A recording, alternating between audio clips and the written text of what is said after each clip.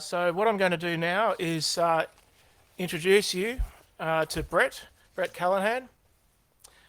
Brett basically is a senior engineer at Malwarebytes and has over 10 years experience in fighting malware front on and behind the scenes. I won't take up too much more of your time, so Brett's going to talk about 2018 cybercrime, what's coming your way. So please give a warm welcome to Brett. Thank you.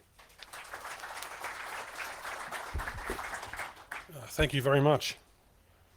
Okay, so I love my bio that they read out before presentations. It's the 10 years keeps getting longer and longer, and my state in security's sitting on about 10 years now, which is about right. But what we've found is the attack vectors continually change, and something I'm going to talk about today is what Malwarebytes typically has once a year towards February. We release a report globally called the State of Malware Report. This particular report goes into the previous year's findings based on the malware detections that we find in the wild. Before I talk about the data I'm going to go through today, I'm going to talk a bit about how we come across that data. We have a free remediation tool. Now, I'm assuming that most people in the room have heard of Malwarebytes at some point. If you haven't, please come past the stand. We'll feel more than happy to educate you on Malwarebytes.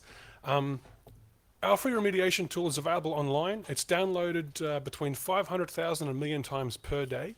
And once it's downloaded and ran, we clean up about 3 million pieces of malware a day around the world. Now, the data we collect from that is information such as the threat found, the region the threat was found in, if it was used in a business environment or a consumer environment, and exactly what the infection looked like on the endpoint when we cleaned it up. Now, Malwarebytes is unique, and we are the global standard for remediation in the fact that we don't just clean the malicious file, we clean the artifacts associated with the malware. Now, those artifacts could be registry keys, temporary directories and files associated with the malware, things like that, which malware does on the endpoint at runtime.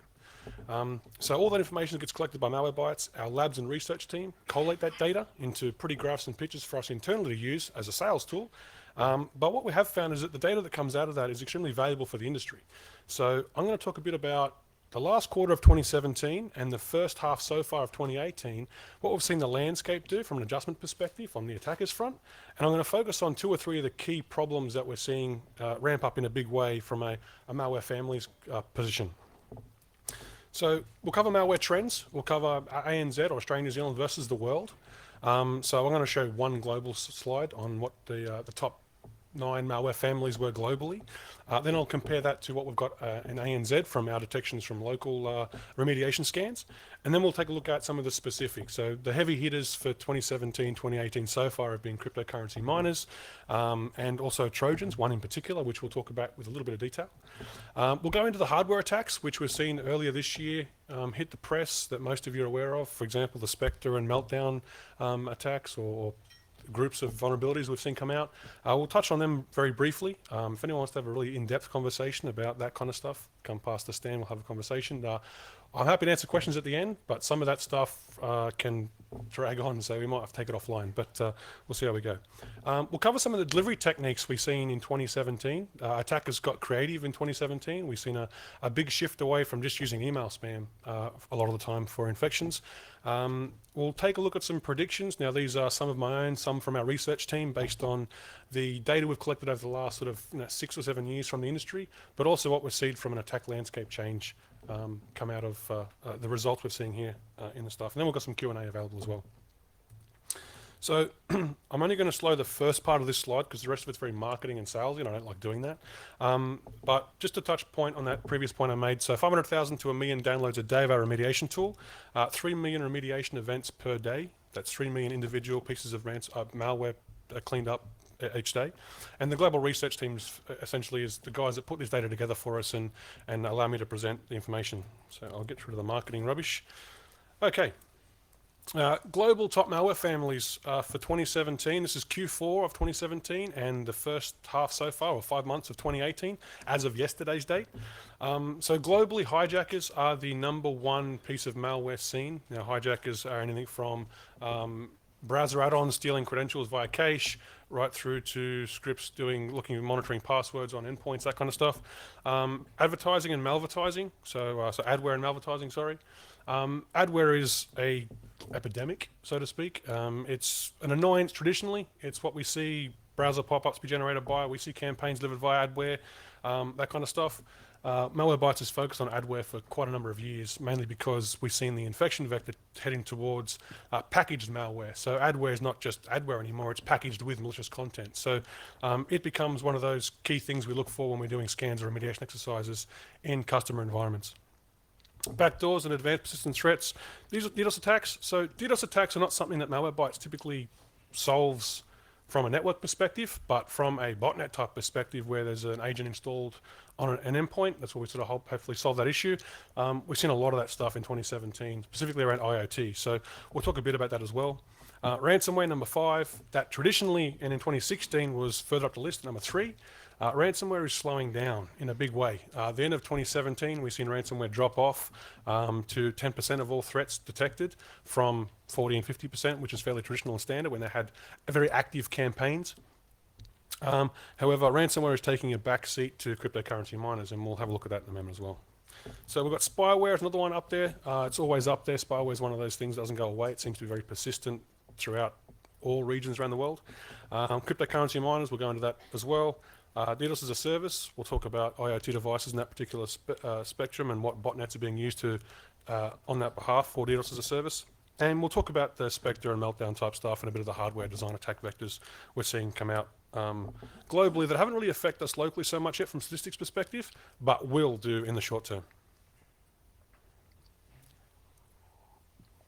So, excuse me, that was the global stuff. Now, everything else we talk about now is purely based on business. There's no consumer data in here except for one slide, and I'll point out what slide it does have consumer data in it. And these are the ANZ-only statistics. So Australia, New Zealand coverage for top 9. You see that adware and malvertising is still towards the top.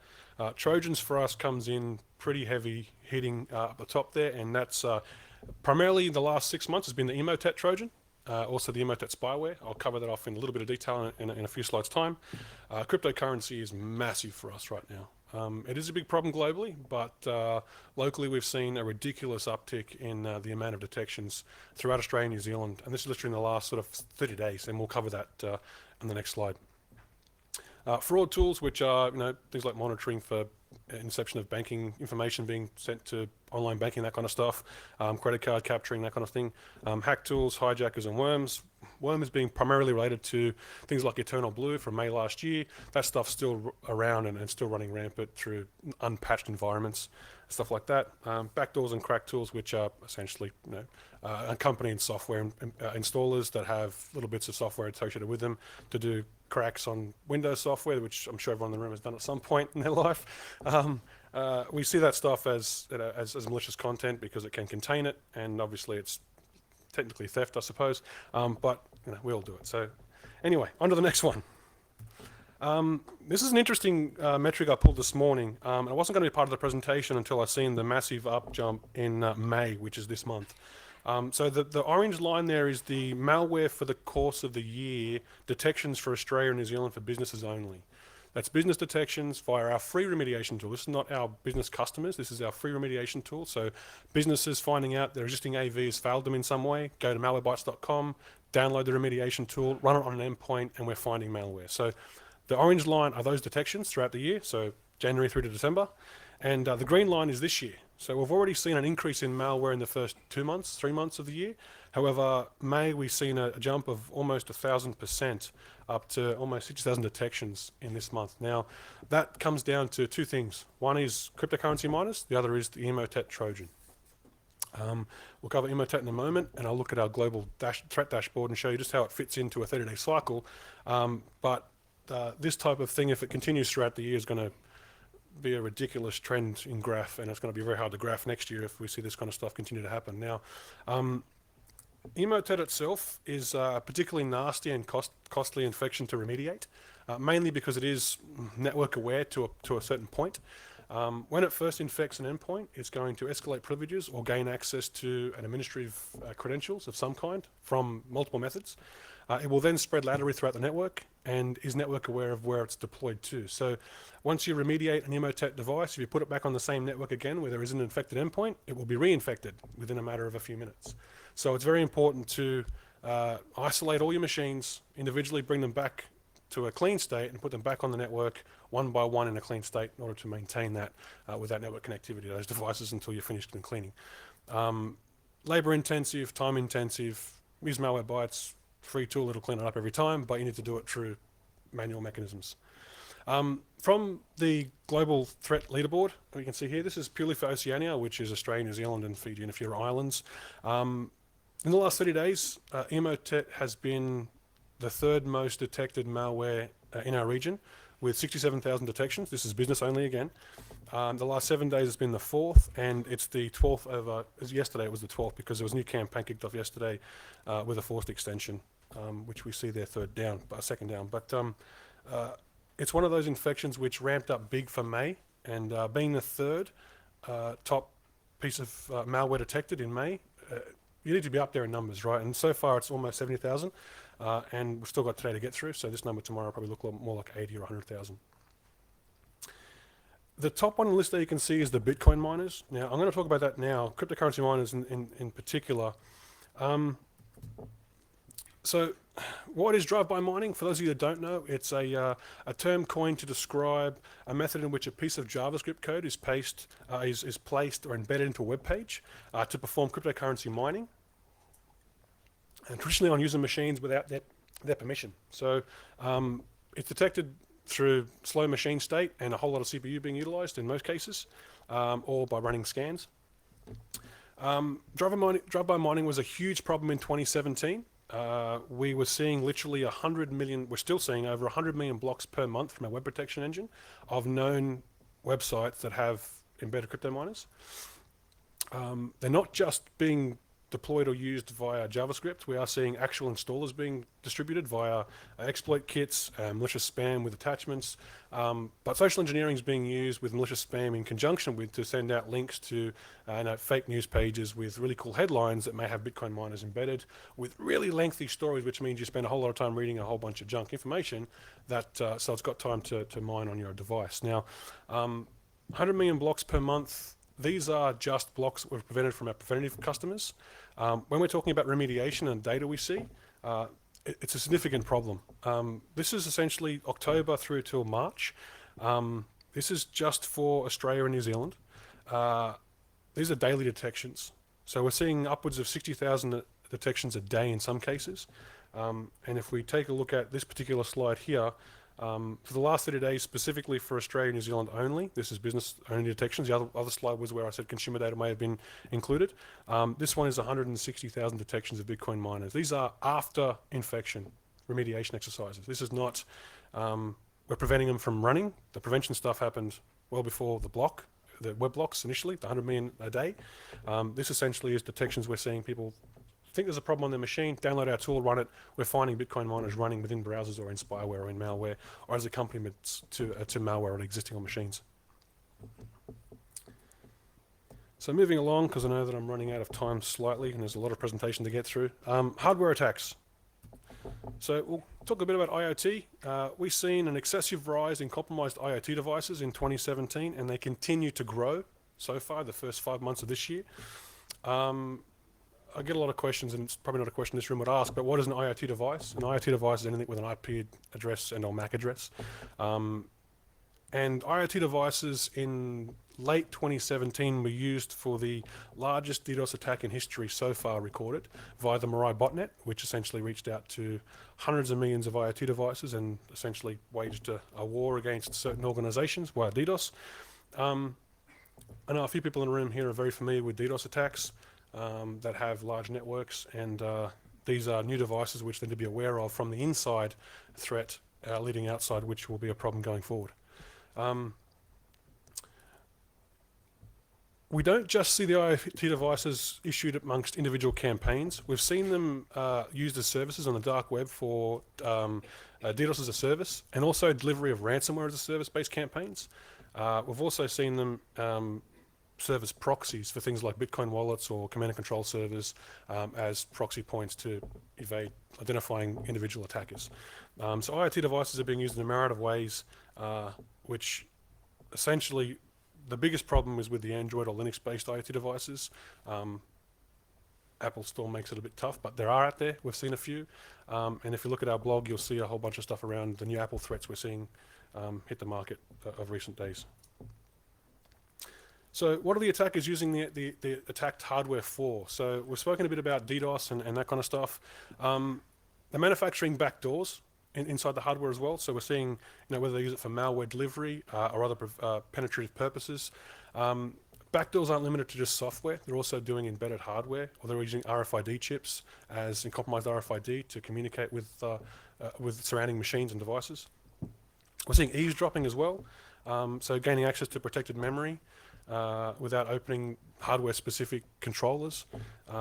Inducing faults, which is obviously the main game of an attacker is to cause a problem with a device, so hacking an IoT device and causing faults. But what we're talking about here is not individual devices, but it's identifying faults and then compromising multiple devices and performing laterally spread fault introduction. Hardware modification, so tampering with the hardware, so things like jailbroken software, working out what it can do when a device is jailbroken, etc. Obviously, backdoor creation, counterfeiting product assets, so finding more about the software or the hardware so they can counterfeit the products. In certain countries, we all know that do that. So the other attack vector we're going to speak about with hardware is, for example, the Jammer and Rowhammer attacks, which I don't know why I used the Android icon there for Rowhammer, but the hammer in between is where it sits there. But Jammer was pretty much an Android-based hardware attack. Jammer itself solely relies on the predictable memory reuse patterns, and it's been patched via Android, via the developers, so that one's not sort of too much of an issue right now. Rowhammer is a way for an attacker to repeatedly access specific areas of memory to modify a bit that exists beside or behind to switch it from a 0 to a 1 to change an instruction. That's available on pretty much anything, and the Edge browser and things like that are available to be compromised in that manner. Spectre and Meltdown, these are the ones you probably heard of in the news. Spectre itself contains 2 vulnerabilities. Meltdown contains a single one, so there are 3 in the group of vulnerabilities associated with this particular problem. It's ultimately an issue with the very concept of what's called speculative execution. I've got a slide on that next, and if you want to talk about speculative execution, that is definitely an offline discussion. So there's no way to patch the Spectre vulnerabilities. It's a hardware flaw that needs to be redesigned. There are ways of patching OSs from how they access it, or using exploits on a device to access and actually commit the Spectre vulnerability. And what we have noted there with testing our own software is it significantly slows down the machines. We used ADW Cleaner with an unpatched device. It runs super fast. You run it with a patched device and it runs at about 30 seconds to 40 seconds slower than it would originally. So there are definitely performance hits to patching. Meltdown, it uses speculative execution as well, slightly different in the way it does things and what it requires. And this slide sort of shows us a bit about that. So Spectre itself can be launched through a browser from a script, whereas the Meltdown requires an actual malicious process running on the device. There's a great paper written by the Google guys that found this stuff. There's 2 great papers on each of them. Anyone's interested in hardware attack vectors, definitely give them a look. They are ridiculously detailed and way above my head. Spectre itself applies to Intel, Apple, ARM, and AMD processors. Meltdown is just the Intel and Apple processors, as far as what is so far. They both look to gain access to data they shouldn't have access to, so secure data within memory. Speculative execution itself, those that don't know what speculative execution is, in a very basic way, because that's more my speed, to increase performance, processors guess what the next instruction is going to be from an application. So if there are multiple outputs, multiple potentials, they will calculate all the potentials, and whichever one comes up as the actual next step, it'll take that and it's already pre-processed it, so it's fast path. Everything else gets thrown away with no CPU cycles lost. Ultimately, speculative execution is a way for the CPU processors to guess what happens next, and both these vulnerabilities essentially rely on pulling that guessed information out of the processing space, or the memory space, to actually find out what's potentially going to happen with an application, to gain access to what might be the next steps for that particular application or process running. So what are some of the means and motivations of the attackers? Well, this is fairly obvious. So we see hardware cloning as a big one. Specific areas of Asia do a lot of this stuff. Disruptive services. So Ultimately, I'm going to animate all these because they're all obvious. But the potential danger of hardware attacks, including revealing sensitive information, personal identifiable information, photos, emails, passwords, all that kind of stuff is obviously all available via either of the attacks we've spoken about. And it's ultimately the means and motivations behind 99% of the attackers we see today. Delivery techniques. So 2017 was an interesting year, and everyone in this room, I'm sure, is sick of hearing about WannaCry. And I'm sorry, I'm going to say it twice. I'm never going to say it again. Eternal Blue, from a delivery perspective, was a very good and unique way at the time to spread the WannaCry ransomware infection. We also seen it involved with things like NotPetya. We've seen it being used today still. People haven't patched SMB version 1, and we're seeing it deliver miners. And the Retefe banking Trojan is going out fairly heavily right now with a big campaign leveraging the Eternal Blue exploit that, as I said, still unpatched, goes unpatched within other places.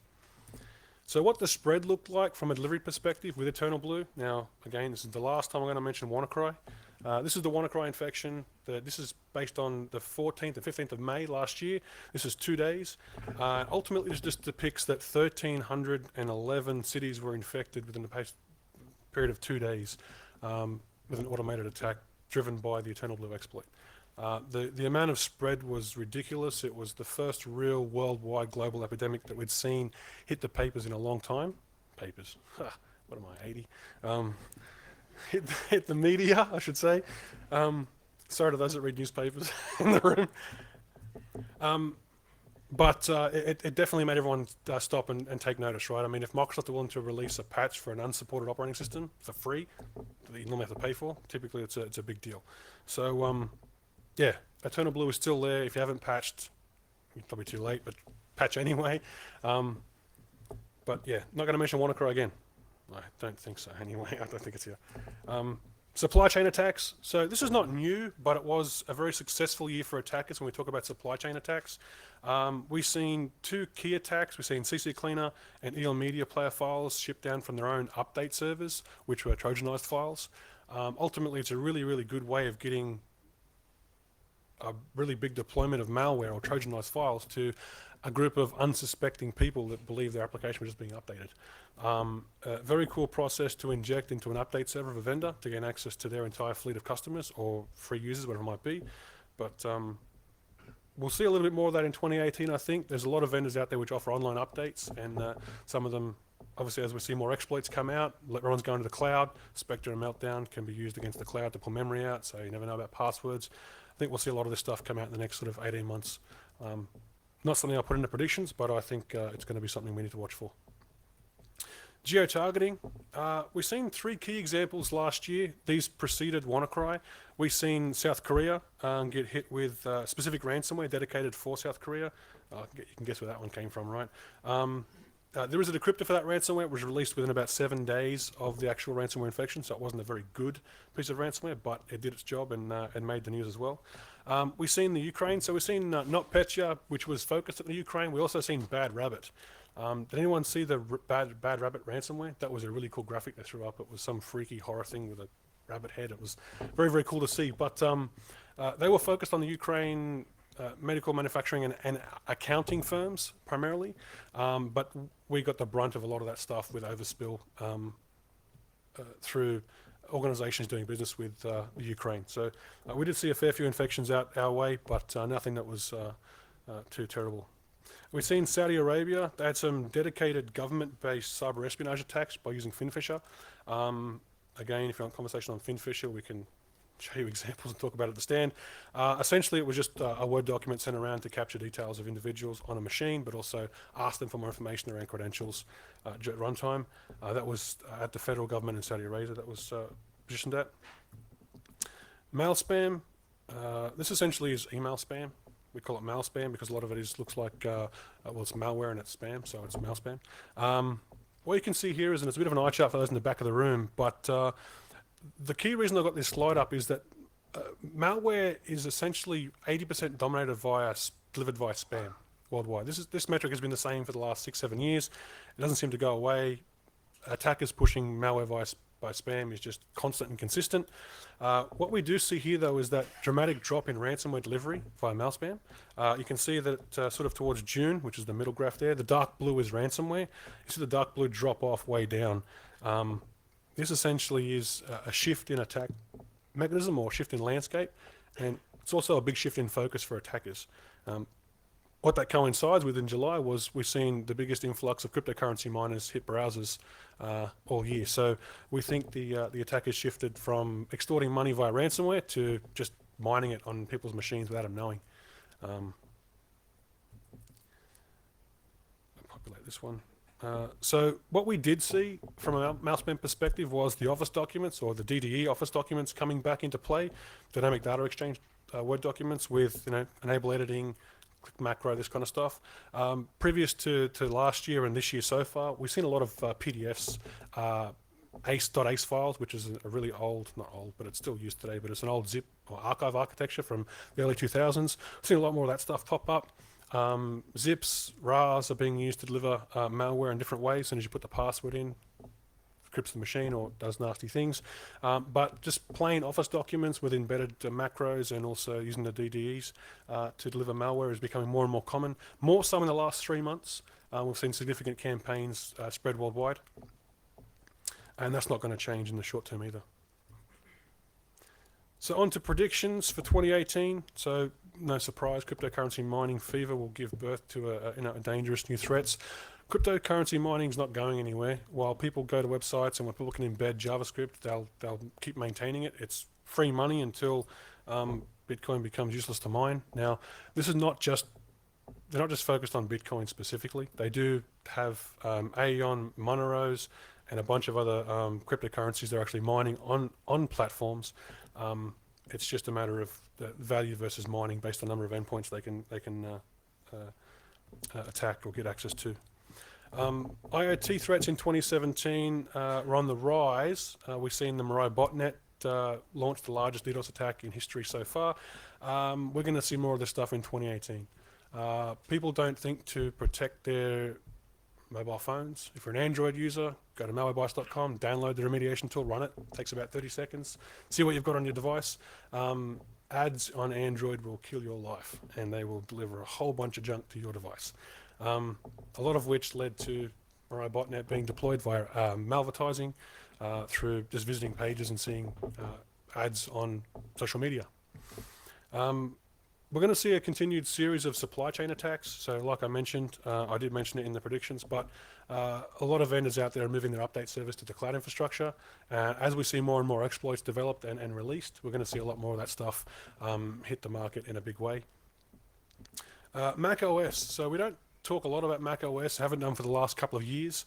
We're seeing the Mac OS attack vectors kick up in a big way. We've seen 3 new variants in the last 3 months make it past the in-OS anti-malware product and sort of be able to avoid that and launch and run on a device. Ransomware is still thin and it's based on scripts and using typical file vault or inbound and taking the password off and not allowing the user to see it. However, we're going to see malware and things like Bitcoin miners and browser-based add-ons focus on Macs primarily. The overall landscape shift of Windows versus Mac machines is shifting, so the attackers will just follow that trend. The last one is a bit based on the fact that all my data is based on business, and we're seeing a lot of malware infections hit business landscapes. With the new data breach laws that come out in February, we're going to see a lot more people notify about breaches. If you notify about a breach on a public website, attackers know that you're vulnerable. They're going to go after the same machines, or at least work out how they were compromised, and then go after a competing business with the same sort of applications, for example. I think business leaks will lead to a lot more weaponized zero-day vulnerabilities. Once we see more exploits launched, and we know Shadow Brokers has a whole bunch more they haven't launched yet, that will make a mess of the worldwide malware landscape. And are there any questions? Sure, sorry, yeah. So look, supply chain attacks are typically based around the fact that a vendor has an update schedule. So what happened was the attackers compromised the update service where the packages were put together and delivered from, and they injected a malicious update file, which all the endpoints in the world that were reaching out to updates pulled down the Trojanized file of the update and ran it as the application, which then meant they could be controlled via the attacker. Both of them were Trojan-based, so they were just control points which they can then deploy other software, manage the device, make changes, that kind of stuff. So supply chain is pretty much based to injecting themselves within a known trusted path of update vendor and consumer or customer, and essentially injecting a malicious file in that path. Any other questions? I've got a microphone so that everyone can hear. Sorry, someone's putting their hand up. You can't see the lights are real bright, aren't they? Well, Okay, excellent. all right. How are we for time? Let's thank Brett, please, for the presentation. Thanks very much, everybody. Appreciate it.